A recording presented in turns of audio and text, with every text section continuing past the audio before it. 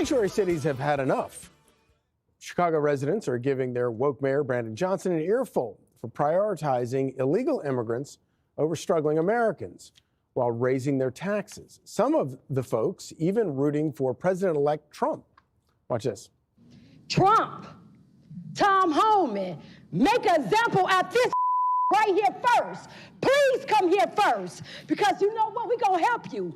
And you so strong about protecting those aliens, but you won't do nothing for the U.S. citizens. Mayor Johnson's leadership can be defined by demagoguery, fueled by progressive rhetoric and driven by a divisive agenda that plays to the lowest common denominator. Here you are with another gritty property tax hike, trying to push the have-nots to house your precious illegal immigrants.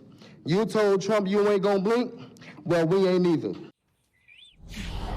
Well, so, Dana, when you look at things like that, you start to think that this sort of new political movement that Donald Trump has put together could possibly be lasting. Well, we talked about consequences in the A block. I mean, there are consequences for bad policies and bad playbooks. So it's bizarre to watch. Like, imagine if the Bengals rewatched all the tapes from their season and said, oh, that wasn't so bad. We'll run the exact same plays next year. Bill Hemmer's going to have a heart attack. You can't do that to him. Just like you can't do this to the people of Chicago.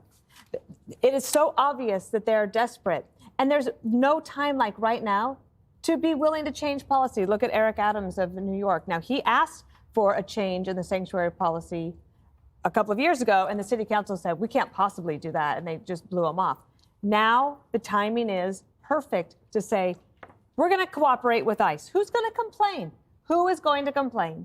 And the thing is that if you do care about the lawful immigrant, the one who is here doing the right thing, going through the process, trying to make sure that they stay square with the law, then the best thing you could do is to cooperate with ICE, because there are 1.4 million immigrants who are already designated for deportation because they have committed crimes or they're here illegally, or they were committed crimes in their country of origin. So I think that it's exciting to see people going to a city council meeting saying, we actually are going to stand up for ourselves. But I also say to the mayors, like, why not just be for what's going to happen and do it? Right. So, Jesse, in New York, one of the problems that Eric Adams has is he says that it's hard to get the city council to go along with some of the stuff. But he's reached out to Tom Homan. He name-checked Barack Obama and Hillary Clinton, says Google them and look at what they used to say about criminals and name-check them to say we need to deport illegal aliens who are criminals. Yeah, he was the deporter in chief. And I'll be using that line on Richard for days. The guy needs help. He also needs a pardon, which is why maybe he's asking Trump to give him a hand here. But it's fine. Give him the pardon. We'll give you ICE. We'll cut a deal. One of the reasons he probably got indicted was because he criticized Joe Biden about the migration crisis. Now, this guy in Chicago is a fool. He has a 14% approval rating. Right. If I had a 14% approval rating, I would do the opposite of everything I had done before. Cook County is going to the right, and this idiot is going to the left. I don't understand this guy. Violent crime homicides have been hit decades highs since Biden opened the border in Chicago, and they cooperate with the feds all the time. They have fugitive task forces. They have sex trafficking, guns, gangs. They work with ICE, U.S. Marshals, all these federal agencies, DEA, ATF. All he needs to do is extend a hand and not act like some crazy wacko. So I haven't checked lately. What is your approval rating right now? It's in the mid-30s. So, Richard, so double Brandon Johnson. Yes. Richard, over the weekend, Chicago PD warned their officers to be careful of these criminal aliens. But then the city itself is saying that they refuse to deport the Trendaragua and other criminal gangs. How can you expect not to get punished over that? Well, listen, I think that folks who are in this country illegally, who are committing crimes, should be removed from this country, period. I do think it's worth pointing out for the sake of history that both Mayor Eric Adams as well as Mayor Brandon Johnson did over and over again lobby the Biden administration to fix the problem on the southern border. There were trips that Brandon Johnson took to the White House saying, listen, if something has to be done. I think we can acknowledge that both things can be true at the same time. I think one can acknowledge that some of the sanctuary city policies that were passed by many of these mayors, the sanctuary city policy in Chicago was passed before Brandon was even the mayor to begin with, and as well as the one in New York was passed before Eric Adams was the mayor.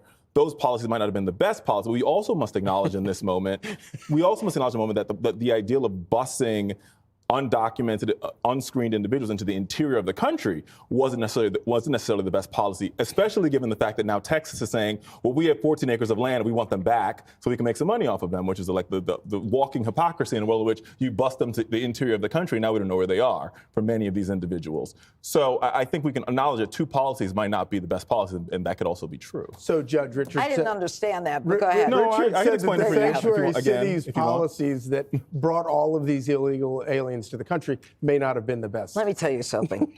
This is time for the American people to have a come to Jesus moment with these pompous, arrogant, condescending, liberals who want to take our hard-earned tax dollars and give them to illegals and protect them from their criminal status and from jails and from deportation so that they can be considered what?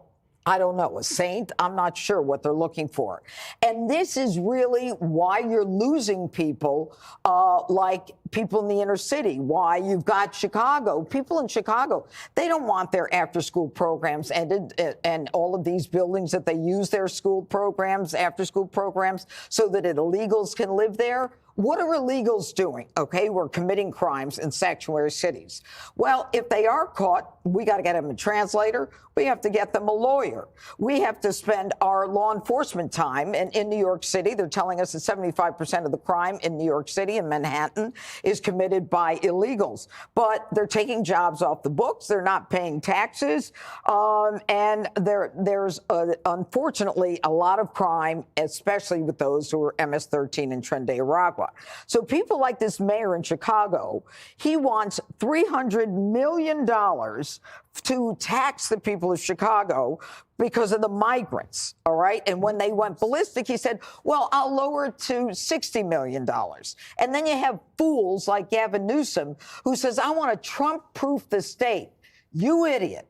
You lost $24 billion for the homeless crisis. You don't know where that money went. And now you want to, I think he wants to spend $25 million to get lawyers to protect the illegals who are on a deportation list from being deported. It's time that America said, enough of you. I don't know who you're trying to benefit, but you're not trying to benefit the American people. And there ain't two sides to that. I mean, I think there's a lot of No, misinformation that wasn't there, a question. Hey, that was a comment. mine was a comment too, but it's okay. Gotta go.